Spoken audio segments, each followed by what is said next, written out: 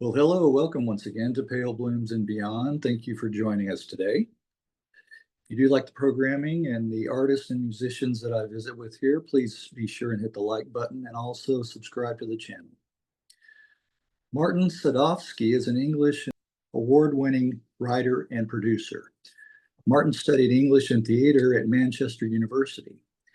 In Martin's previous life, he was lead singer in the bands Cameras and Cars, the Passmore Sisters, and Fever Hut. With Cameras and Cars, there was a four-track EP released in 1980. In 1983, the Passmore Sisters were formed and the band released four singles and an album before calling it a day in 1988. Then Martin, along with a couple of ex-members of the Hollow Men, formed Fever Hut. The band would issue two albums and a single from the period 1994 to 2013. And the band is still semi-active with a new album in the works. Post music, Mr. Sadofski would turn his attention and talents to writing and producing documentaries, short films, plays, and even a feature film. My guest has produced short films for many companies and organizations. Well, welcome, Martin. Yeah, that was a really nice introduction. It was like, when you're drowning and your life passes by. Right. Exactly. Throw or, me a life. or, or I Throw me a died life. and it was my memorial I was service. going to say, throw me a life preserver. Yeah, Yeah. Well, well, take us back to the beginning. Where were you born? Bradford in Yorkshire, which is northern England. So it's kind of, old industrial town, quite run down. It's it's kind of famous for being it's one of the poorest towns in Europe for many a period because it used to have a huge kind of I suppose a bit like Detroit. It had a one industry, which was the wool industry, which was so there's many factories and mills that are long since abandoned, and all that industry went with new technologies and moving things to India and developing nations. So it became a very kind of lost town.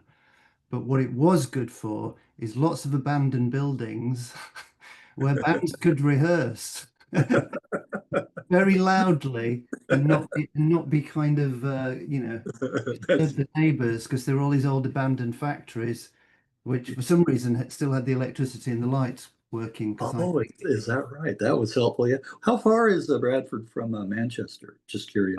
it's 1 hour, one Okay. hour. Okay. Yeah, it's That just would. over the other side of the Pennines, which is a Uh, kind of a low mountain range. the only time I went to UK was Manchester, and that was like Right. 20, 25 years ago, many Yeah, eons well, ago. there's a kind of Yorkshire-Manchester rivalry, which is interesting because later on the Passmore Sisters comprise of a Manchester guitarist. So he was Yeah. the sole person from the other side of the tracks. Yes. Yes. Well, you remember early on hearing music in the household? Yeah. My dad was a huge jazz fan, so he had there was lots of jazz records and country records, but amongst those two records, there was some Beatles singles, and that was, and I know that's the kind of, I'm sorry, I'm not going to come in with anything more interesting, but No, it that's was all right. kind of, so there's a few Beatles singles, the early singles, Love Me Do, and what was the other one? Can't Buy Me Love. Okay. Okay. Buy Me Love. Yeah. So there was those two, and then later on, Help. So the main, I used to play that a lot. Help by the Beatles. I think that's still kind of one of my favorite albums. Okay. Okay. Any siblings? Yeah, one brother. Yeah, who's Okay. 2 years younger than me, and Okay.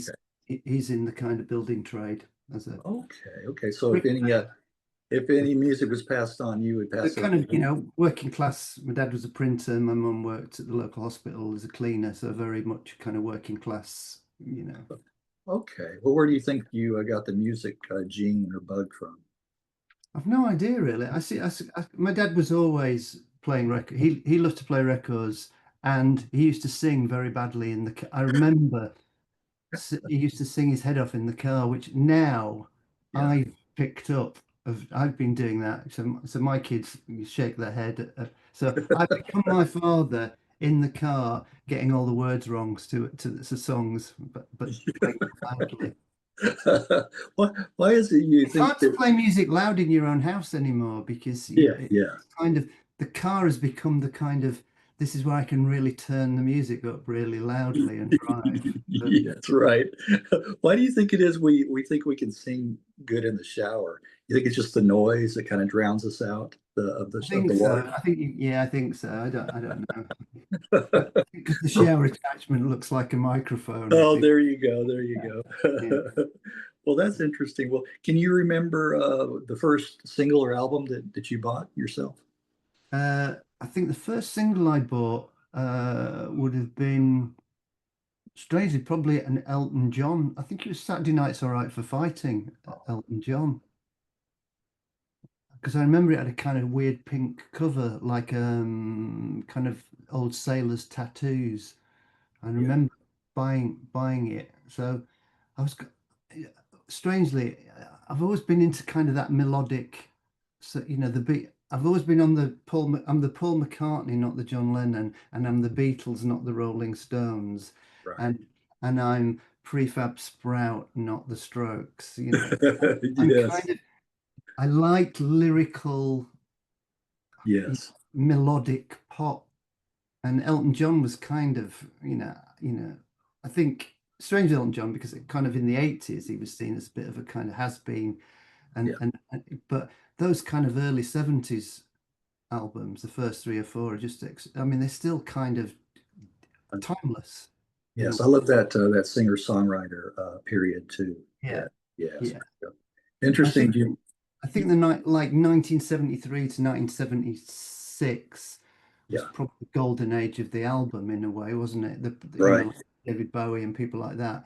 But the production on those records, unlike I feel like the 80s and 90s production, some of them sound really bad compared with those. Those still kind of work. I mean, they just sound fresh as a daisy. They do. They're pretty timeless, for the My most part. my My daughter, who's 14, is now into Dylan because so she's got the acoustic guitar and the mouth organ, Oh, and does she's she? kind of picking up the guitar and playing it. So it's really I find it fascinating that that it comes round and it comes It round. does. It's a full circle thing. Yeah. Yeah, Yeah. And good music's gonna find a newer audience too. It travels. yeah, Yeah.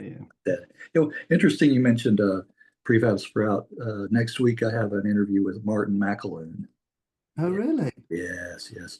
I was really surprised too, because I know he just came off a tour and I talked to his agent and setting that up for me. So yeah, that's Wow, so Prefab cool. was One of one. my one of my favorite bands of all time. Oh, mine too. Mine too. Very much so. Very much so. And I'm sad, that Patty is not doing well. Hasn't Yeah, been. it's interesting, isn't it? I mean, because there's him and there's another band that I found hugely influential, I'd say. I think we all did it in the Passmore Sisters, XTC. Oh, And yes. then you've got like Andy Partridge, who's a similar kind of, couldn't play live anymore, recluse, Yeah. struggles with his mental health, Right. kind of goes on about aliens a lot. I don't know if you kind of follow his stuff, but he's convinced that aliens are all around. It's that you know, whatever. But it's kind of Yeah. Yeah. where you go And then down just that rabbit hole in a way. I don't know if it was all the same day, but it was within a day or two of each other. Rick Derringer Yeah, passing, the guy from Claw 2, yeah, one of the members, and then who was the other one? There was one more. Can't think. Oh, the Electric Prunes, the lead singer for yeah, the yeah. Electric. Yeah, so I was Also, like, like, because my kind of basic. So when I'm 16, 15, 16, 17, I'm right in the punk, UK punk yeah, thing. That was kind of hugely influential when I was still at school, and I thought, wow, this is God Save the Queen, yes, all those the Clash, yes. the Damned, because like Rick James passed away recently as well from the Damned. It's like Oh man, I'd say yeah, exactly. When I was in college, the Damned were huge, and yeah, of yeah, course, and then also Roxy Music. I remember hearing them down the hallway. Friends of mine were always blasting Roxy Music, man. So Yeah. Mm. Early influences for me too. Well, how about the first, can you remember one of the first concerts that you attended, that you went to? So the first concert I went to, my cousin took me to like this giant barn in kind of the Midlands of the UK to see, get this, Pink Floyd. Wow, I did never see them. Never saw Yeah. it. Yeah, And I must have been 14, yeah, yeah. and they were doing it was before Animals, but Okay. they played bits of Animals, and they had the pig came over our heads. I Oh, remember that bit. yes. But I was more kind of at that. I wasn't a Pink Floyd fan. My cousin, who was 4 or 5 years older than me, was the typical kind of, you know, Yeah. Grateful Dead, Floyd, that kind of. He had the flares, and I was like, He's wearing the flares. flares. Uh, Yeah, so so it wasn't. I remember the music and the lights were kind of incredible, but yeah, what really kind of disturbed me in a kind of exciting way was just that amount of people. I'd never stood with that amount of people before to listen to music. right, So that was overwhelming, and I've always liked the festival scene. I think I've always liked now. I do like to stand in a big crowd and have that shared experience, which right. There's is nothing like that. Yeah. is getting harder and harder because Yes, yes, at it the is. time I went to see I'd see about 3 or 4 bands a week in the heyday of kind of when the Passmores were obviously around. Yes. It was the early 80s, and in Britain, every pub had an indie band playing upstairs. I mean, for Yeah. £2, $2, it's like, it was affordable. You saw new bands all the time. There was the fanzine thing. You knew what, it was kind of, it was really exciting you went to see bands. I watched more bands than I watched television. Yes. Well, I was always jealous of you guys across the pond because, like you said, you had someone almost every day or every night, Yeah, it playing was like there. the And pubs would have here it's, Monday, and here, Tuesday night, they'd have a local band on, or three local bands on, and you'd play for 20 minutes, and there'd be three right, bands on, and the upstairs of every pub seemed to be full with people. I mean, right, you're talking 120 people, 150 people in these small venues, but right. that was in a way the opposite of the Pink Floyd Yeah, concert. right. It's And still I'm here, that, I'm here, I'm here in Dallas, and it's not a music city. It never has been.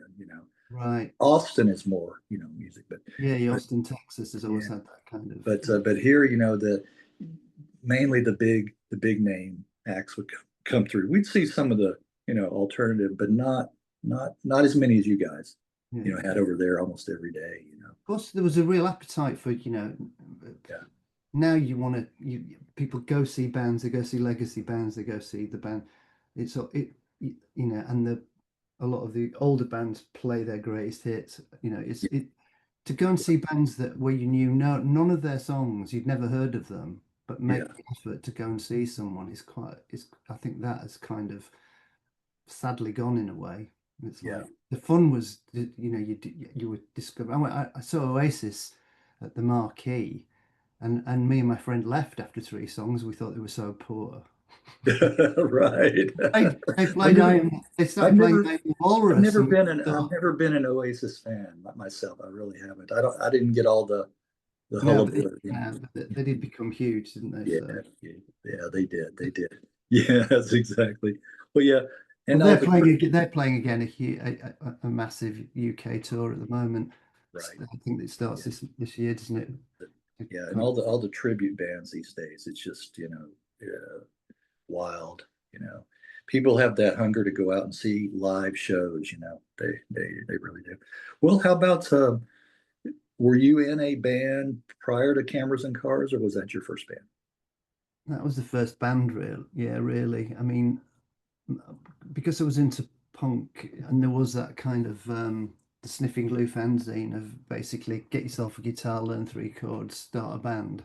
Yeah, That was the kind of rallying cry, wasn't it? And so yeah, you kind of did that. And I remember, Adrian, the drummer in the because we were at school together in the Passmore Sisters. Um, you know, I'd trying to bash on an acoustic guitar with no chords, and he'd bash on Tupperware, with some wooden yeah, spoons. And yes, it was more about writing the lyrics really. It was more like it's like let's make a noise, Yeah. but show the world how angry we are. Right. It At was that things whole at things that we probably weren't that angry about, but you weren't, but let's act angry. it's Yeah, that flow kind of. it was But that it, DIY thing, that DIY ethic, you know. yeah, very much so. And Cameras in Cars, when we formed Cameras in Cars, uh, the drummer bought a drum kit, a cheap drum kit. The bass guitarist bought a bass. The guitarist bought a cheap guitar, and we started from not musicians who got together, but four friends who it was like, okay, you can play the drums, you can play, you learn the bass, you learn the guitar, so although we did make a record and it took us it took us that long actually and to kind of put something together. Yeah. Yeah, Well, who came up with I was going to yourself, ask you you, can't teach who, yourself, you can't fail, can you? right, that's right. By your own standards, right? Well, who coined the name cameras and cars? Do you remember? I honestly can't remember. It was, I think at the time, everything had to sound a bit kind of, everything was, had that kind of, uh, we were into that kind of German, East German Berlin Wall. It Uh, felt a bit kind of spies and surveillance in, okay, okay. in Yes, yes, I kind get of that. world, in a kind of David Bowie low. It sounded like a Yeah, it, Bowie song. it did. Time Room is very much of its time. You know, speaking of time, you know. Well, that what was weird about the single. So just Yeah. before that single, Uh, we kind of went from punk to kind of because that single was 1980, I think 79, I think. yes, yes. And so punk was kind of the original punk was kind of dying off even then, and bands were coming in like Ultravox, and so the first synth bands were coming in, and we went. This is true. So we all went down to the local music shop with our guitars, drums, and bass in my dad's car. We walked in with all this kit and said, "Take this. What can we?" And we want to swap it for synthesizers. It's like from Yeah. today we are a synthesizer band. We are no longer a kind of trying to be the Clash. We are Yeah. trying to be Ultravox or the Human League original. Well, who played the synth? Who played the synth Well, on the thing is, though, since we bought a Korg MS-10 and we bought the? a Wasp, which was a kind of touchpad thing. Okay.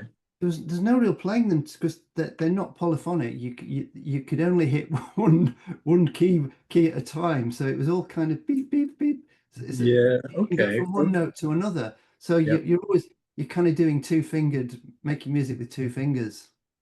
Okay.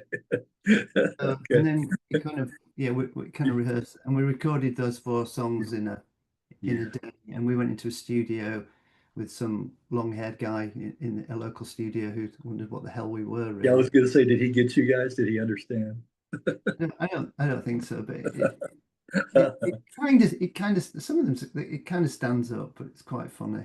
Yeah. Yeah. Well, I like the stop, start towards the end of the song. I like that. Yeah, yeah, yeah. Yeah. That's a nice effect. Yeah. Yeah. And then it fades out. Yeah. Well, how long were you in, or how long were cameras and cars together? Only about a year or so because 1980. So people were kind of going off to university and college, or or getting a job, Okay. Yeah. because it was that after school type band. Well, So how long? How it long? didn't last long. We played a few local gigs, never did anything. I think the biggest thing we did was we supported the Thompson twins at Leeds University which was kind of huge at the time because they were a massive, they were a massive band. So that was our moment of fame. And then, Oh, okay. Playing with the Thompson twins. Yeah. yeah, Well, then the bass guitarist Anthony got a job. Tim, the guitarist, went off to university in Sheffield, I think, and then yeah, Robin went. The other keyboard player, he went off. We just all kind of drifted off, really. are any of the guys still in music? And then I went to Manchester, went to the Polytechnic Uni there, Yeah. did kind of drama and English there, and I thought that's kind of it, really. I thought I'd kind of I wouldn't. But back in Bradford, the band, the Passmore Sisters, because they started before I joined with another singer, friend of theirs called Vic. So he was kind of the singer. And then they decided they kind of had musical differences. And then, so Adrian, the drummer, who I'd known from Cameras and Cars, he said, "What? Why do you come and we need a singer. Come back." And I said, "Well, I'm in Manchester." So Yeah, I yeah. used to get the coach, the bus, every weekend to rehearse and then go back. And then eventually, we our guitarist Peter, he left to go to Liverpool, and we ended up being a kind of more of a Manchester band when it actually started to take off for the Passmore Sisters. We were all in Manchester. How did you meet or pull in Brian E. Roberts? So yeah, Brian was the Manchester guitarist, so Okay. he was in Manchester. Yeah. He joined when Pete Richardson left, Okay. and Howie and um, Adrian were both in Bradford at the time, so Okay. they were the Bradford connections. And as I said, I knew the drummer. He joined the Passmore Sisters with Peter and Howie, and this guy Vic. Then Vic left, and I came in. So Did you find out where they got the name from before when you started the Passmore Sisters, where that came from? well, yeah, this is one of those. This is one of those stories that I think we reinvented because it sounded better. But I think the original. I'll tell you both stories. The original story is that I think the true story is there was another person called Andrew Passmore who was kind of a friend of the band, and they just decided they were going to be called the Passmore Sisters. In a kind, I don't know, because it kind of quirky. But we used to then tell people that and it did happen. We said we chose the name because we got more bookings, which was true actually. We turned up in a lot of kind of small venues to play when people hadn't heard of us, and they Yeah.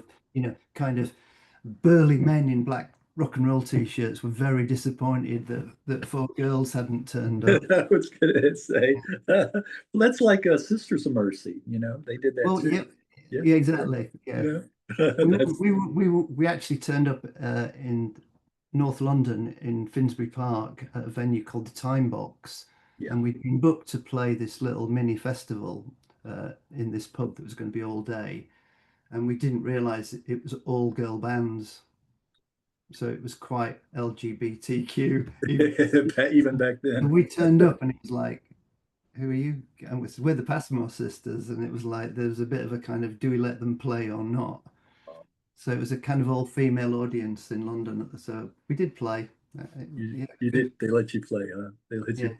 So Well, yeah, I think I sent you on Facebook. The first time I heard of Passmore Sisters was from this compilation. yeah, that's Yeah. really strange. Yeah. That's how I picked up on a lot of bands, is through these various artists. And the song is difficult. That was Yeah, the track on here. Yeah. they're Yeah. very fast and bouncy. Yes, yes. But I Mm. mean, it's got Benny Profane on this one, another band I like. Yeah. Who else is on here? Friends. I did an interview with the lead singer from Friends on here. Oh, Yeah, so there's a few others on here, but yeah, I've got yeah. all That's three another of them. thing, that's another thing that you don't really, because it was a good way to find bands, wasn't it? You'd buy a Yes, compilation album and hear new yes, bands, and and then now listen to it. Yeah, just kind of a wash with Spotify. You don't know where to start. I mean, I right, think that. right. I have another. I'll mention this. I'll go ahead and get to this, but I have another YouTube channel where I just post songs. I've done this for years. And you have to watch out because I've been, knocked a couple of times, dinged for copyright infringement.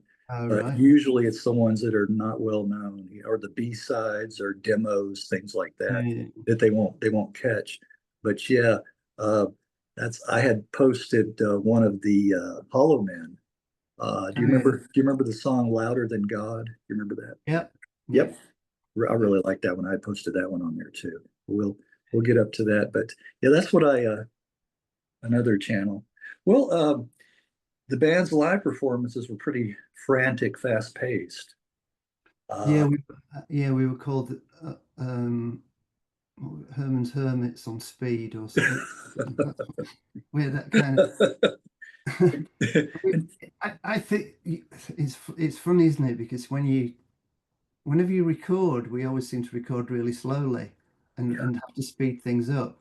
But it's yes. just the adrenaline of live. It just kind of and the songs were kind of fast and furious Yeah. and You- always about I think we said early on that we wrote songs about girlfriends and politics. So Right, right. we wrote it again, had that slight punk hangover, and the house that I think the House Martins and the Smiths were obviously quite a big Of influence. course. Yeah. Now, you had asthma? Do you still have asthma? I do. I still have an inhaler. I've Yeah. not had an attack for quite a long time. Okay. Okay. Yeah, I'm sure those live performances didn't really help. I had a very bad asthma attack and a live performance once outside afterwards. Yeah. Yeah. So, but mainly the main thing that plagued me was when you a lot of the songs that we wrote in isolation were very fast, very quick, lots of and quite shouty. Yeah. And so what happened was about halfway through the set, my voice would start to go Did and it? I'd become kind of rasping, kind of Tom Waits. Oh, oh, the Tom Really Waits. hard because we did kind of on stage we kind of bounced about and ran around and kind of it was very frenetic. We were kind of fast and furious. Tom Waits, Nick Cave, type of voice. Yeah. Yeah, it was full energy with no stops and just kept going. So Well, we couldn't hear the silence. Oh, yeah. let's go from Well, one into another. We thought that was the yeah. best idea. John Peel liked the band. You did a few Peel sessions, right? Yeah, that was it's so strange, isn't it? Because again, everything comes down to a bit of luck, I think. Yeah. You send a tape to John Peel, you never expect him to listen to it because at that point, every band in Britain was sending that one DJ who was the kind of he was the person that opened doors for bands Yes. completely. And to get, I Yeah. listened, everyone listened in my generation Yeah. that in the music world to his show every night. It Right. was like you went to bed and Yeah. he put your little earphone in from your Right. transistor radio. I remember Right. that just listening to John Peel and listening to all these extraordinary bands. And Yes. then, of course, when you'd sent him a tape, you there was no kind of, you thought I've got to listen now every night and not Yeah. miss To see a if they play. moment Yeah. because he Yeah. might just play our song. Yeah. Uh, but in fact, what happened was he did play the song. Somebody heard it and told us. But then I was, it was really weird. So there was me and Adrian and Howie were in my mum's kitchen, just kind of chatting and having a coffee. And the phone rang. This is before mobile phones. Yeah. It really took off. So the phone rang and my mum answered. And she said, "This is like a scene from the movie, isn't it?" So, Yeah. hang on. Yeah. John who? Okay, just a minute. He said, it's somebody called John Peel wants to speak to you. Oh, wow. Wow. He So called. he's He like, called. and Yeah. is it coming, we'd like you to come and do a session for us. Mhm. Yeah. Yeah. So What'd you that was guys think? great. Were you I was like, guys just oh my like, God, that was like, wow. and that, I Oh, remember we got in the van and drove, it's about 200 miles yeah. from where we were to London to record with Dale Griffin, who used to, you know, Mott the Hoople, what the right? Hoople. Yeah. Yeah. Yeah. Yeah, I mean, at the time I didn't really, know him, but but Yeah. he was so good. He was so good, and again, you go in and you play more or less live. Right. You Right. play 4 songs that you've rehearsed, and then Yeah. they're We, recorded, and we, you go. you know where John Peel got his start DJing. It may not have been his first gig, but it was It was in in Texas, wasn't it, or something? Oklahoma. Oklahoma. Oklahoma, right? Oklahoma. Right. Right. Yeah. John Ravenscroft. Yeah. Yeah. Right. Was his Yeah, birth name. Yeah. And yeah, yeah. yeah. Well, I mean, without John Pitt, I mean, that again, I know he, it's easy to he get did. nostalgic about the past, but Right. it was a kind of time, a time when you could just get discovered, and from that we kind of had a 4-year period of Radio One sessions, uh, and then we'd tour with lots, Stone Roses, Primal Scream. We played with lots of different bands. We were always doing gigs, and it was, you were young, you slept on people's floors. We used to ask in House Martin style way after the gig if we were in a town, because it was like we were either going to sleep in the van if we were too far away to get back home, or we'd ask somebody, would can we sleep on anyone's floor this evening, please?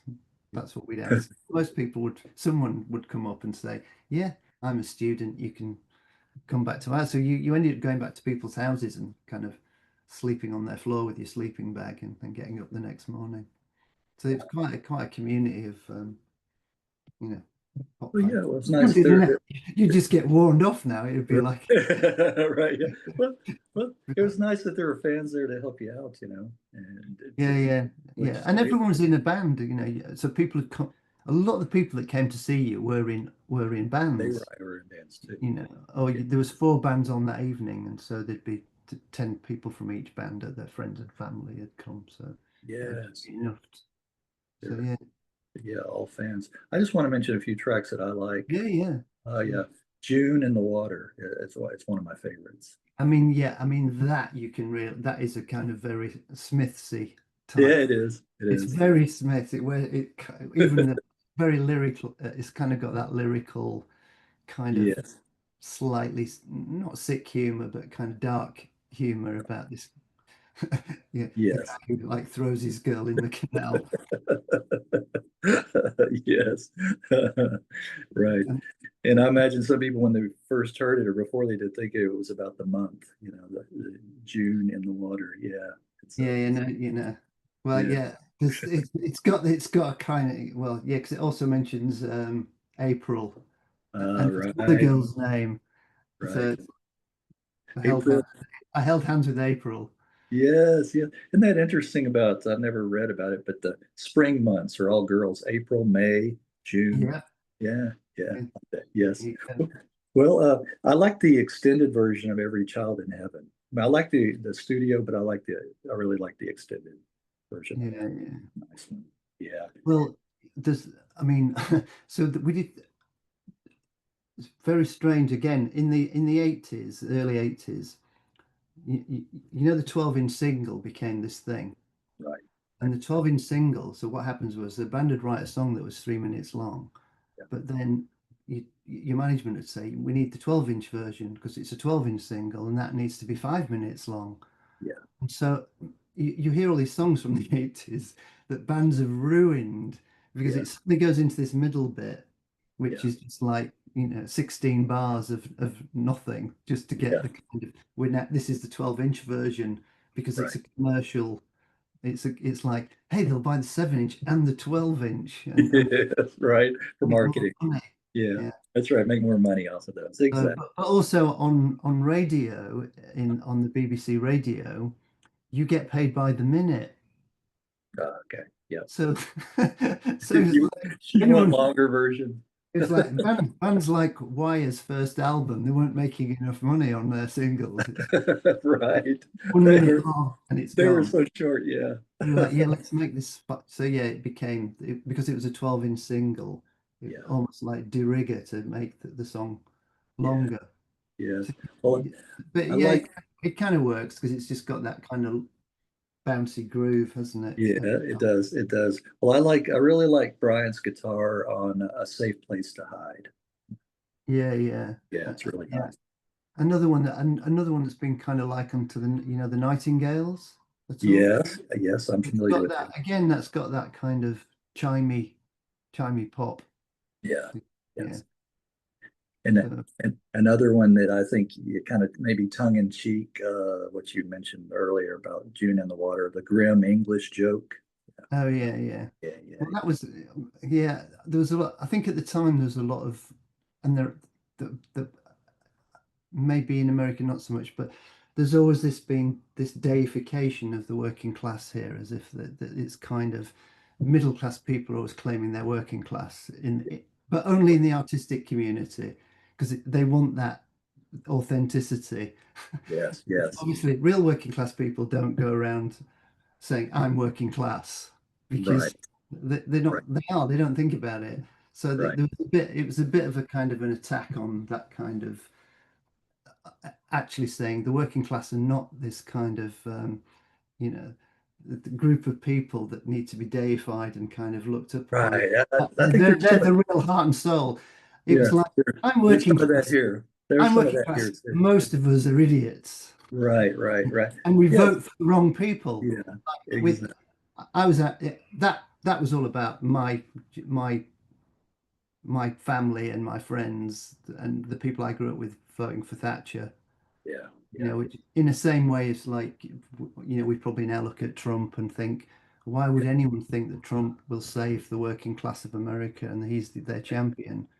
You know, it's like, well, Thatcher was that. It was that aspirational stand yeah. on anyone to get where you want. Yes, yes. That the Reagan, and message was yeah, there's no Reagan and her Thatcher. Yeah, yeah that yeah whole her thing. favorite quote, wasn't it, was there's no such thing as community or Right. society, and it was like, what, that individualism always kind of has annoyed me as being a bit of an old lefty. I'm with you there. I'm with you there. Uh, Yeah, like, well, I haven't ever been, and we won't get into this, political until Trump came along. I mean, in the past, I never voted. I never voted, you know. It's just like, well, well, Democrat, Republican, they're pretty much the same, you know. yeah, Didn't see that much of a difference until Trump came along and that just yeah. upended everything, you know. So Well, any, we have the same problem, I think, that fundamentally, politically, if we're going to get into politics, with America, is that there's two parties, and there's not really much. Once they get in, they become they become the same. that's right. Self-survival, It- you know, that's what it's about, you know. so Yeah. it's kind of that, whereas, I think, They do, they do. I wish we would have a common sense party. You know, they would rise up. Just you know, common well, yeah, sense. Yeah, exactly. Yeah, you no know. one, no one would vote for them, would they? Yeah, that's the thing. You know, right, right. The polarity is even bigger now, left and right, than it's It ever is, been. it is. You know, have each other fighting against each other, so you don't see what's really going on. You know, Yeah. but yeah, that's been the game plan. Well, pretty but hollow. I like the rhythm in this one and the drums on pretty. Oh yeah, yeah. It's very Yeah, kind of yeah. slap back rockabilly. Right. That's a good way to put it. Slapback. Yeah, Yeah. yeah. Yeah. Shatter. I wish the song was longer. It's like 2 minutes, I think. I wish it was a little bit Is it? longer. Oh right. Yeah. Oh, yeah. Yeah, that's another My Girlfriend Left Me song. Oh, okay. See where that came from. There's a whole bunch of that's a genre to itself, isn't it? It's kind of uh, boys being upset that girls have dumped them. Yes. That's Yeah. the kind of, in that Smiths world again. It's those lyrics that are kind of, now Yes. I think you'd make them. I think it's funny now. You wouldn't use the word girl so much. Looking back on them, if I'd have been smarter with the lyrics, I'd have made them gender neutral, Right. because then, because then they work for both sexes, don't they? Rather than, Yeah. Yes. goodbye to the girl, or Right. Yeah. she You, could have done that, and you did that, and she should have said that, and yes. Yes. You would maybe you reached a broader audience. Yeah. You never know. You never know. Well, and then one last track, At Home yeah. with the Walls. Oh wow, A that little sounds. slower paced one. I like the mood created on that track. Yeah, yeah. Again, that's another kind of frustration with my own kind of family, I Yeah. think. It's like this family that just kind of, just go through the motions while the world's collapsed. Yeah. Others, yeah. Yeah. What brought the band to its end? Um, I the, partly, I think partly we'd done kind of nearly 4 or 5 years, constant, getting in vans and touring. There was never any money. So we never signed to a major label, the Passmore Sisters. It was our own label. So we did it. We did everything. We designed the sleeves. We put them out. We took them to record shops. We posted them to people. So it was kind of a little cottage industry. And I just think, partly because it kind of came to an end for a lot of bands around that period, because 88, what you were getting was the kind of rave dance music was coming in. Clubs were taking over from small venues with bands playing live. Yeah. So you've got kind of dance music, and clubs were becoming where people were kind of migrating to, which you get that last hurrah of the indie dance bands like the Stone Roses and the Happy Mondays, who managed to be both in a way. So if you were kind of writing songs that weren't really dance music, which we weren't really, then the venue started shrinking and the audience was moving somewhere else. I felt I think, how old was I? 25? I thought I was too old to be in a band then. I thought I can't carry on. I must do something else. So it was Well, kind of so that, and then of course I left, and then they they became the Hollow Men and got signed by Arista. right, right. You were those kind of, God Yeah. damn it. Right, right. But he only stayed another week. You know. It's all No, in the I mean, time. It's all in the it was a time. different band, but Yeah. they were in that kind of indie dance, Yeah, kind yeah, of they wonder were. stuff type. It was a Wonder different kind Stuff. of music, Yeah. so it wasn't really my kind Kind of of thing. the, It's less yeah, reliant on the lyrics and more about the kind of groove the grooves. Yeah, of yeah. and then. Well, So interesting. yeah, Go and ahead. good, great band, but and they signed to Arista, got a record deal, went to major studios, Yeah. and and then I was kind of thought I'd write the great European novel, or but in fact, what I did end up writing was a play. So that's what I turned to playwriting. And that was Outside of Heaven, Out right? of Heaven, yeah, which was won a competition in Leeds at the Leeds Playhouse, and then went to London. It was on at the Royal Court, so it was a huge break. And then I spent some time at the National Theatre, and then I got into writing for TV, Yeah. and then I got into making documentaries and films, and which is kind of what I do now. Yeah, well, I wanted to touch on some of those too, but back to Fever Hut. Mm. Uh, where did that name come from? That, I can't remember. I think I read an article that a fever hut. It's an African thing. So cultural appropriation. I wouldn't do that now. Is it's where they used to put their menstruating women. So I Fever Hut. found it. So Yes. that these kind of I thought it was interesting that the men would put these women when they were having their period into these things called the fever hut. And I just thought it was an interesting. And what I do not understand to this day is that no one ever turned around and said, "Sounds a bit like Pizza Hut." Yeah. And it dawned on me one day, and I thought, "Why have we chosen that name? It's a terrible name, I didn't think of that. terrible name." Well, I, yeah, until you I say didn't you think Pizza always name Pizza Hut. Hut. Oh, wow. Somebody, leave it to somebody to Yeah, think Pizza Hut. If you're listening, we're happy to change that. Yeah. Uh, it. well, you did reunite with Brian E. and Howard. Yeah. And also, I spoke with David Owen, Oh yeah, yeah. From lead singer in the Hollow Man. yeah, yeah. Last year, I visited with Right. him. So yeah, he's Yeah. doing graphic art, I think, Yeah, these days. yeah. He was my right. He took over from he took over my guitarist and my bassist. He was like, Did he? Okay. yeah. That's how I saw it. It's like, oh, you've got a Okay. you're seeing somebody else, are you? You know, Yeah. hey, I'm the singer with you guys. Right. He was cheating. Yes. Yeah, Well, yeah, I do have that CD Cresta, and of yeah, course, yeah. I No, mentioned yeah, good band. it's I like yeah. White Train was my favorite one, which is one of the first. Okay. Yeah. Because it actually is quite like Passmore Sisters in a way. Yes. Yes. You can see. Yeah. I think Louder Than God got on there, and it hasn't been taken down, so Mm. it flew under the radar on YouTube. So it's one of those. Well, Well, Fever Hut's quite different because when you yes. can't get in a room as a band, Yeah. Yeah. you create different music because you're not playing together. It tends to be very slow. Yes. It is a lot So you slower. get into kind of slow, moody music, like, Moody. Yeah, I was going to say that, moody. Yeah.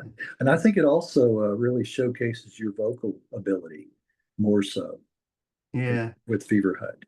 it's too quick in the Passmore Sisters. Yeah. Giving Right. you a chance to breathe. Right. Well, it was when you, it's almost like you're a stand-up comedian when you when you go out and you know you understand why you want to play quickly and be Yeah. energetic and put we kind of put on a show. Whereas to have the confidence to be like Leonard Cohen or somebody like that and go out and sit in front of a crowd and play something slow and mournful to people stood there. I mean, I think what really interests me now, I could never have been in Fever Hut and had the balls to play that kind of music to people and expect them to just stand and listen, which is weird because that's what Pink Floyd did. And going back to my first gig, but they did have a lot of sound and lights and Yeah, a yes, right. show, but just to But the music read itself, about somebody like Nick Drake, uh, just being right, booed every time he right. played live. It was like because it was I, too slow and dull. And you think, my God, how could you not see this guy's genius? right, right. Everybody wants that energy. Yeah, I think, like you said, I think I think I think so because you go out in front of people and you think you've got to kind of knock them dead, grab them. and Yeah, be all singing, all dancing. That's what right, I think, and that's just a lack of confidence, I think. right. Yeah, I think so too. I think so too. Well, Frida and Diego, and that's about the artists Frida Kahlo and Diego Rivera, right? Yeah, yeah. Yeah, yeah. That's a nice track. Yeah. Yeah, I had a, 'cause I had a girlfriend at the time who was really into all that kind of art and it dragged me along to galleries. So, and so it's about again, it's about somebody who's a bit of a Philistine, not really caring about. I don't care, she's Right, dead. Why right, should I care? Who right, is she? right. You know. Like the lines in the song, like you said. Yeah, Yeah, and again, it's about feeling a bit pretentious going to a gallery. It's got that working class boy going to the gallery or having a cappuccino yeah. and feeling a bit kind of an imposter, really. Right. A poser. Yes. Yeah, yeah, Yes. Well, from the Segovia album, which that was what, 2013? Is that right? I yeah, I believe. think so. Yeah, yeah, a long time J- ago. Johnny, Joey, Dee Dee. Now, is that about the Ramones Uh, in a way? I don't know. Yeah. It was about the Ramones. Uh, Now, I wrote this very, very long lyric called Johnny Joey Dee, which was all about a band and the singer gets into drugs and gets an overdose and kind of and the band breaks up. It was kind of almost like a Boomtown Rats, one of those long. I thought, oh, this is going to, this will be great. It's a really long lyric, really long. Um, Sang over this, kept trying to do the music, kept trying to do the music, did this music, wasn't working for some reason, and then that they played it to me as an instrumental with me stripped off, and I thought, oh yeah, it works really nicely because the music just suits being an instrumental, and so there's just a kind of ghost little vocal of what was left of the title. So, I said we should have in the album published the lyrics so you could at least have read them. yeah, Seen what was missing. right. Right. Before I listened to it, I expected it to be a high energy, like the Ramones, and then it was Yeah, yeah, completely opposite. not yeah. Well, that's what I mean. The lyric just didn't suit Didn't suit it. the piece of music. But And very pleasant, very pleasant. yeah, because it's got a kind of drifty feel to it, so it actually works much better as an instrumental. So, Yes. but then the Uh, danger you set a precedent for albums where it's like the George Harrison song or the Ringo song, isn't it? yeah, It's like, that's oh right. God, we've now got to have an instrumental on every album. Right. You set the precedent. Yeah. Well, Descent over Dresden. Now, that's got a nice ambient feel to it. Yeah, the Brian wrote those two little tracks. I mean, the truth is, we didn't really have enough songs that we were happy about on that album. You were trying, Fever's trying to get a bit different because the Passmore Sisters is definitely a singles band, just pop songs, and the stuff put on the album is even a compil. We didn't do an album where the Fever is like, oh, we want to be an album band where you play the album and it's got a certain mood to it. So there again, you throw out a lot of songs that just they you think they're great songs, but they just don't sit on the album. And it's funny because we've probably written about 30 songs for this new album, and there's only going to be 11 on there because trying to find the 11 that, even though people don't play albums in the way they used to, but I think Right. we're going to bring it out as vinyl, That's so right. so that you can. you play one side, you play the next side, and that's the point of the listening to it. It's got a kind of Yeah, exactly. That's the thing about, I still have all my vinyl, uh, you yeah, know, yeah, is, is that I liked about vinyl versus CD, with vinyl, you may have some songs that just kind of segged into another one, on the vinyl, but you couldn't do that on CD. They would, abruptly stop, because they were tracks. They were yeah, done yeah. that way, right. So that took away from it. So you were used to hearing it on vinyl where it was like, oh, it just kind of melts into the next song or fades out Yeah. and fades in or whatever, or it's all one song. But then when you play the CD, it's, Well, you're so all, you've got the restriction of the 22 minutes aside. yeah, So also what happened when CDs came out, bands releasing albums with like 30, 12, 14, 15, 17 songs on them. And yes. by the time you got to the end of the album, you just thought, I can't listen to this anymore. I'm sure there's whole albums by bands I've never listened to the last 5 tracks of because I just think, Yes. You've worn me out now. I can't Right, listen right. And a to lot of filler, when it's that many it. songs. Yeah. Yeah, yeah. It's not all the best tracks. Yeah.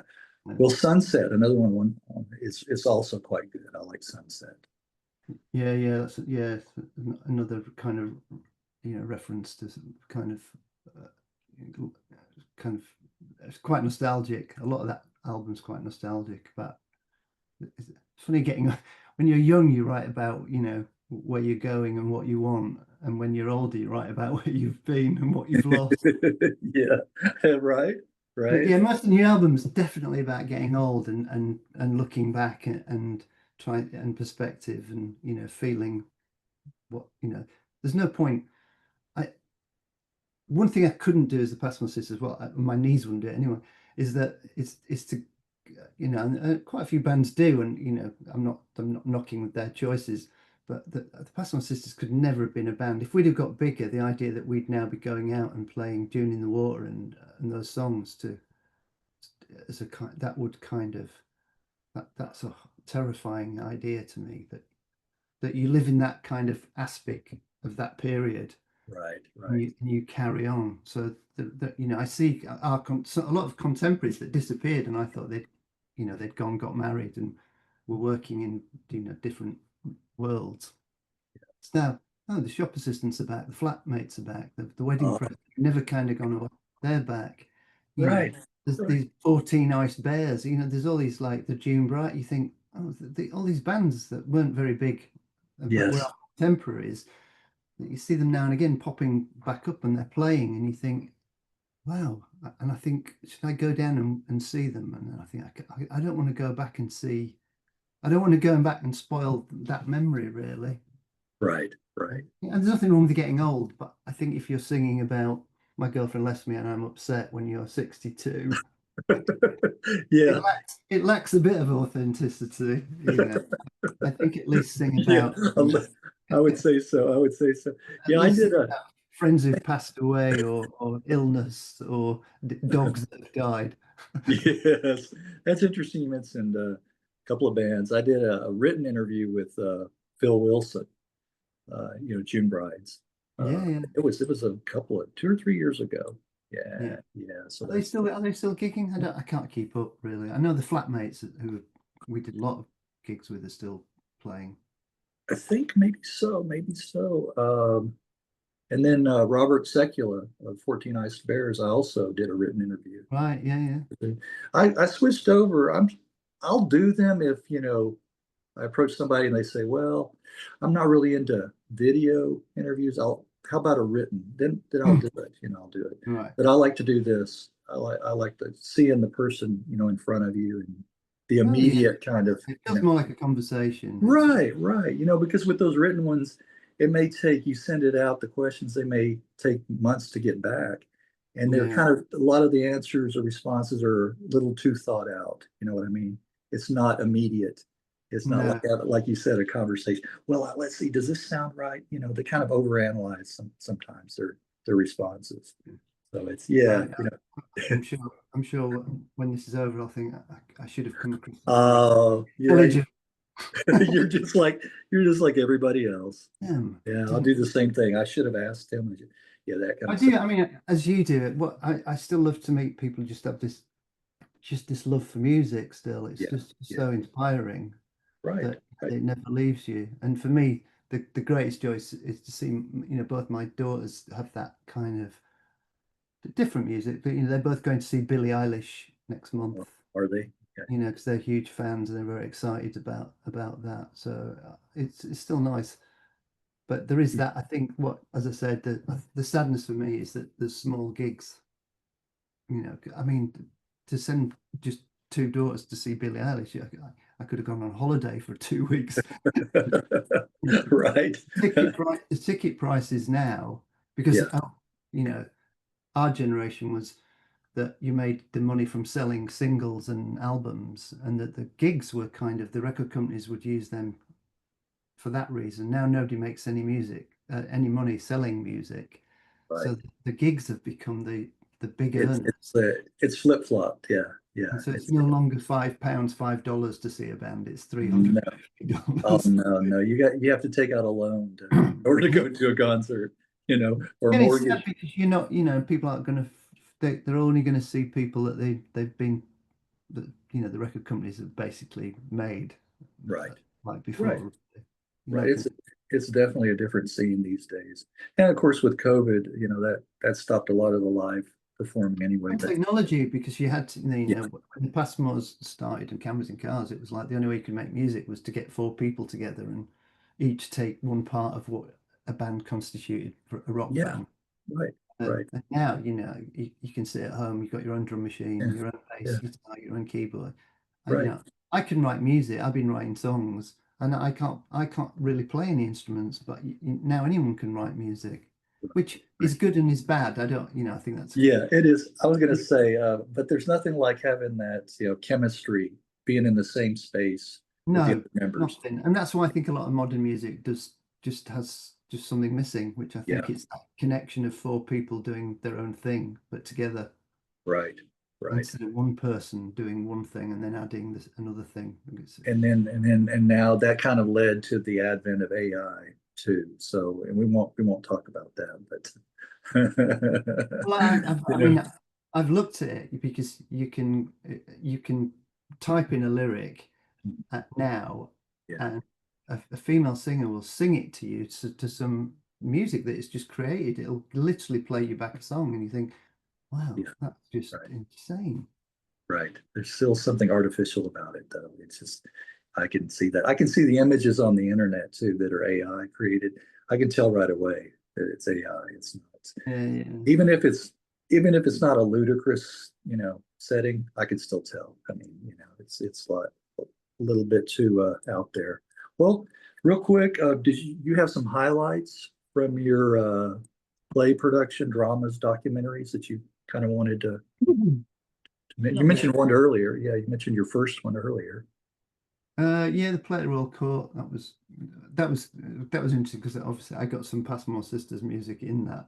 Ah, right, right. I was going to ask you about I'm that. still Yeah, looking. I'm still looking to kind of, hey, maybe if I write a drama series, we yeah, can put our songs in it. That's what you get yeah, asked. But then it's yeah, like, there's nothing yeah. to do. That won't be anything to do with me, you know. Right, right. Yeah. I mean, Um, yeah, because again, that's now people discover music through content, yeah, not through listening to the radio. It's like some viral TikTok will have a track by Aztec Camera or something that, you know, yeah. and then I'll walk past my daughter's and she's playing something and I'm going, that's the Mhm. Bluebell. When did you hear that?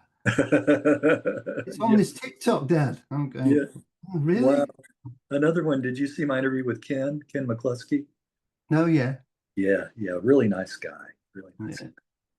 But yeah, I think, people discover music through different ways. So I think Yeah, that, yeah, I mean, yeah.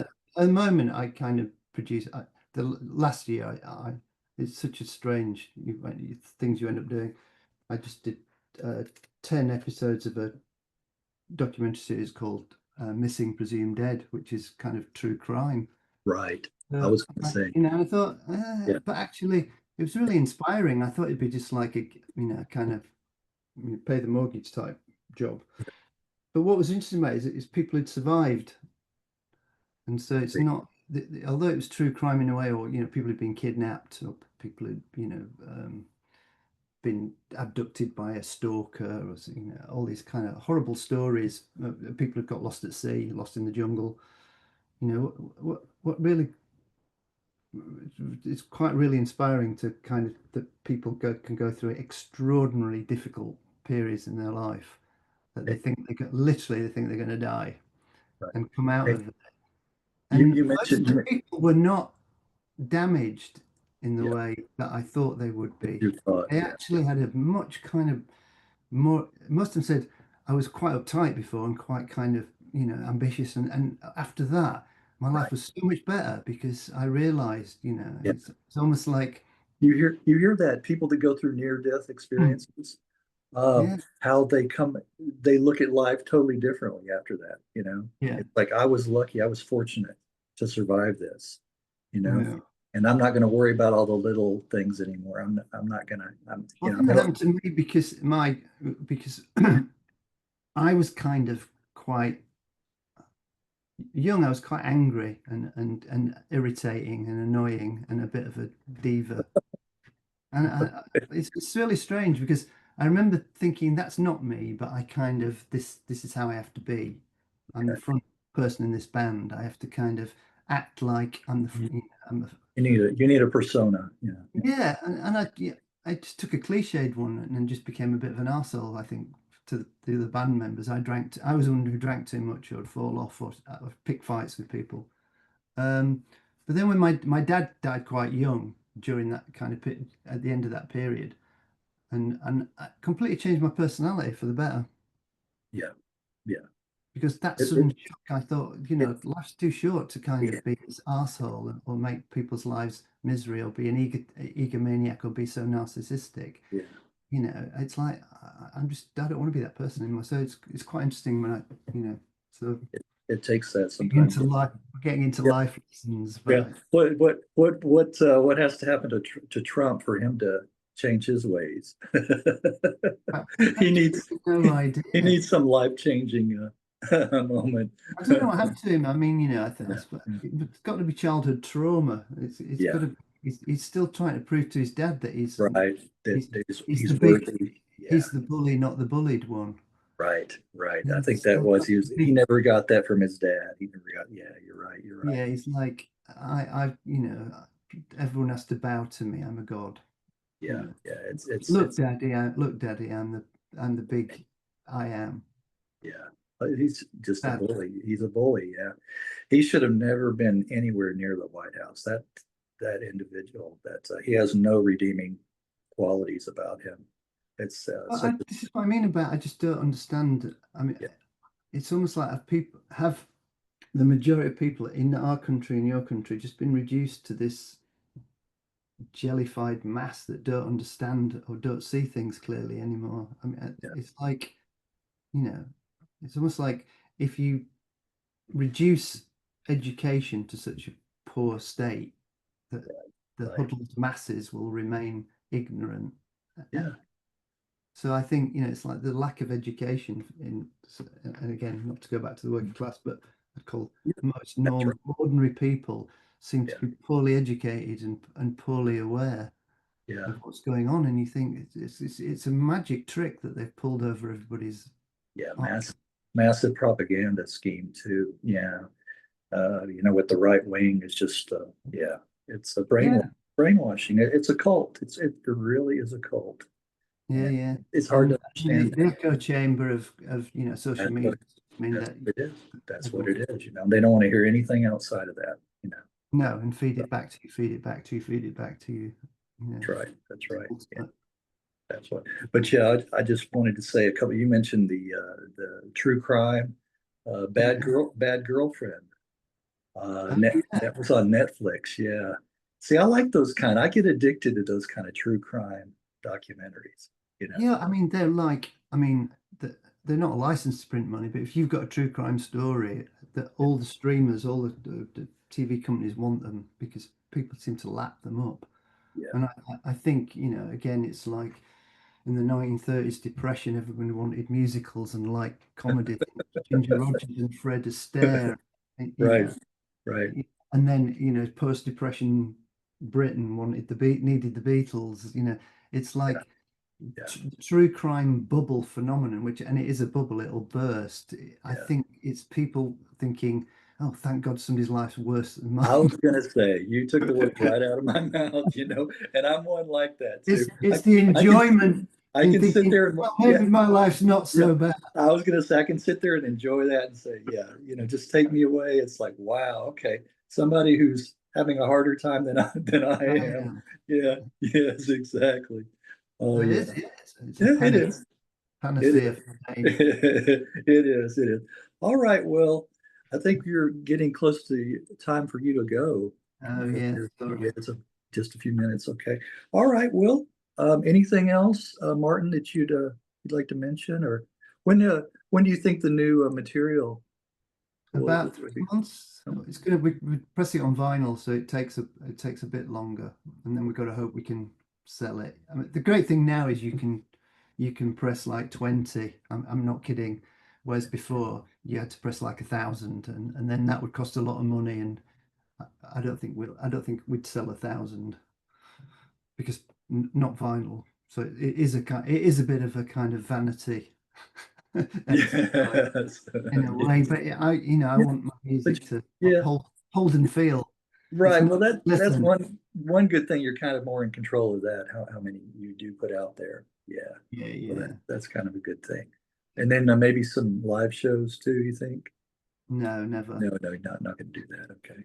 You couldn't play it live. Okay. Not the new material. Okay. Either. Okay. No, no. The reason my voice is sounding better is because of the wonders of modern technology. Oh, is that No, no. right? I mean, Okay. because I can record myself, I can sit at home and do it Yeah. until I'm happy. Okay. Whereas, before you go into studio to get like 3 goes and it's time to time to leave. Yeah. It Yeah. was always and you always did the vocals last, so you'd be like, we've got an hour left to do the vocals. You'd be like, oh, That's we do right. 4 takes, and somebody go, yeah, it's fine. Yeah. Then you'd realize just how out of tune you were when you listen. Right.